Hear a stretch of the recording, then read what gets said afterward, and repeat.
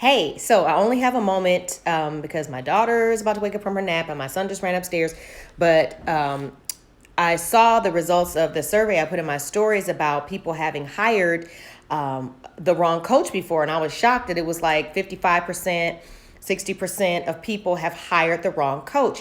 Now, mind you, working with a coach, whether it's a business coach, a life coach, an executive career coach, working with a coach is a four-figure investment, right? So if you choose the wrong coach, that's a lot of money that you've wasted. So I did an IGTV video on how to choose a life coach, and that doesn't just apply to life coaches. It can help you no matter what kind of coach it is that you're looking to work with.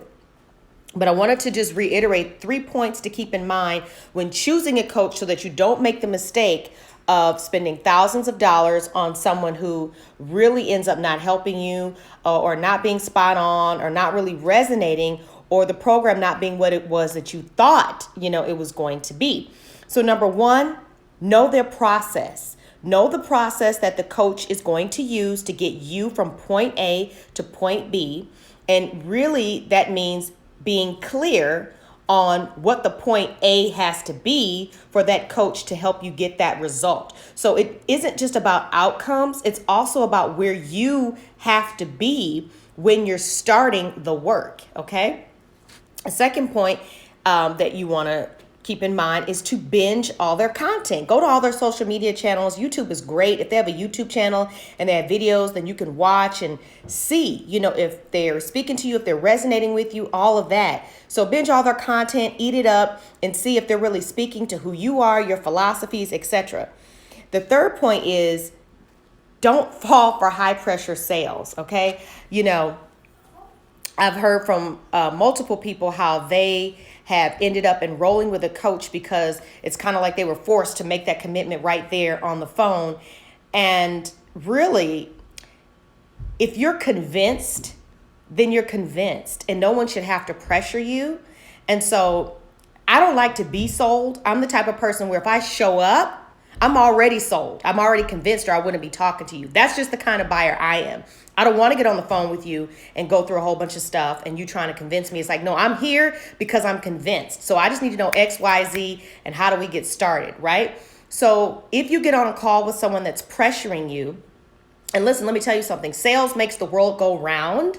So there's nothing slimy about sales. It's just that if they're pressuring you to make a commitment that you're not really prepared to make, it is not an indication that you somehow lack commitment to wanting to fix your problem. It just really means that you're probably convinced that they can't help you, or you may legitimately just not have the money right now. And so you do legitimately need more time and you're not making an excuse. Whatever the reason, don't fall for that, because that's another big reason why people end up hiring the wrong coach. So just keep that in mind. Remember, it's a big investment.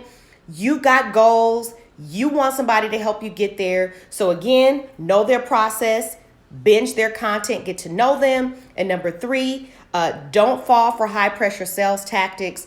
If a coach is relaxed, no pressure, that's what you're looking for. Okay. You don't want someone that's forcing you to make a commitment right there on the spot, because if you're already convinced and you're already sold, then you're not going to feel uncomfortable or like you're being forced or pressured. Do you know what I mean? So it just means you may need a little bit more time to figure out if they're actually who you want to work with, and take the time to do that.